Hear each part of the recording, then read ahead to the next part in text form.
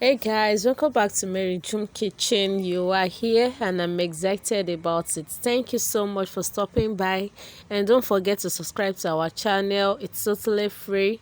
Turn on the notification bell to always get notified each time we upload a new video. So in today's class, I'm going to share to you guys how I made this Ghana flour. You can also call it savory chips or savory chin chin. This is absolutely delicious and crunchy.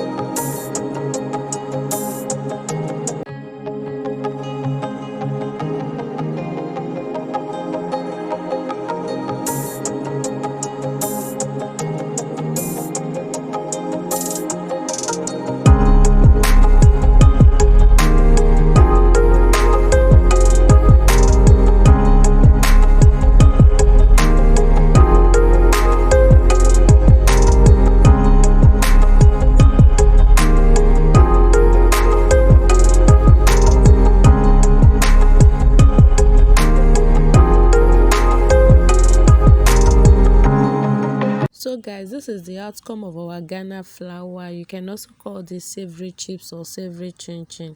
You can see how delicious and crunchy this is looking. This is very easy to make. You can make this at home for your children, or you can serve this at any party.